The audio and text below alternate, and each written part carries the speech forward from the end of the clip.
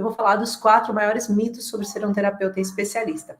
E quando a gente está falando sobre ser um terapeuta especialista, nós estamos falando de você conseguir se dedicar a uma coisa específica e conseguir ter resultados naquela coisa específica. E o primeiro mito que eu trouxe aqui para vocês é o mito de eu não posso trabalhar com pacientes com ansiedade e depressão. E isso é uma coisa que muita gente pensa. Enquanto muitos pensam isso, eu continuo cuidando dos pacientes com ansiedade e depressão e continuo formando terapeutas que estão se dedicando a ajudar quem mais precisa. E normalmente quem pensa isso não são só o mundo convencional, né, de uma forma direta, mas também muitos terapeutas que têm medo, que falam assim, mas eu não posso atuar porque isso é uma área da saúde mental e não sei o quê, e eu preciso ter feito uma formação de 4 anos ali, tirado faculdade de psicologia, faculdade de tudo isso, para conseguir estar atuando com mais eficácia. Aí eu costumo dizer uma coisa.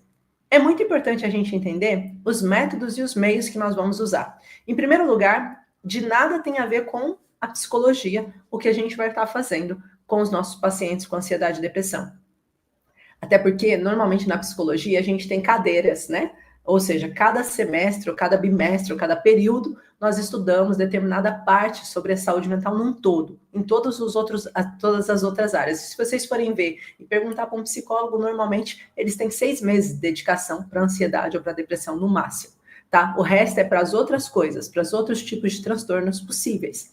E aí, eles vão falar de todo o fórum emocional. O nosso trabalho aqui, sendo terapeuta especialista no tratamento da ansiedade e depressão, não é só no fórum emocional. Nós trabalhamos as 3 esferas de um paciente. Nós trabalhamos como um terapeuta integrativo. Nós trabalhamos... Hoje tudo coopera para o bem, né? Vamos lá. Nós trabalhamos a questão da emoção, da mente e do corpo do paciente. Essas 3 coisas ao mesmo tempo. E quando a gente trabalha com essas 3 coisas ao mesmo tempo, nós queremos ajudar o nosso paciente a ter uma melhora.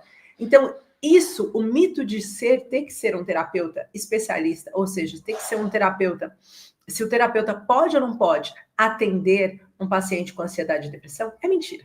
Porque quem escolhe quem quer ser atendido por um terapeuta, ou por um psicólogo, ou por um psiquiatra, ou por um osteopata, ou por uma pessoa de shiatsu, ou por uma pessoa de acupuntura, é o paciente. É o paciente que cada vez está mais descontente com a medicina convencional, que não tem conseguido respostas e que tem procurado medicinas, terapias alternativas. Tanto que o crescimento no último ano da quantidade de terapeutas que estão sendo procurados para tratamento de ansiedade e depressão cresceu em mais de 70%. Vamos pensar só rapidamente por quê? Pensa só comigo. Há 25 anos, há 35 anos, há 45 anos, existem pacientes tentando se tratar de ansiedade e de depressão, mas não conseguem ter resultados. Ou seja, há muito tempo tomando vários medicamentos todos os dias, insistentemente, tentando ter uma estabilidade emocional e conseguindo ter uma rotina normal, mas não conseguem ter resultados. E isso faz com que o paciente fique cada vez mais descontente. Ele vai trocando de médicos e profissionais e não vai encontrando respostas.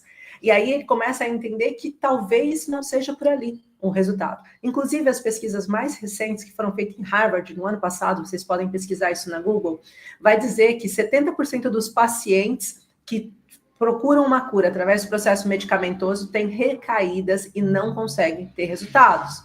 Já quando auxiliam isso com um processo terapêutico ou psicoterapia ou com terapia alternativa, eles conseguem ter melhores resultados na ansiedade e na depressão. Então, quando nós estamos falando dessas bases, nós estamos falando de tudo isso.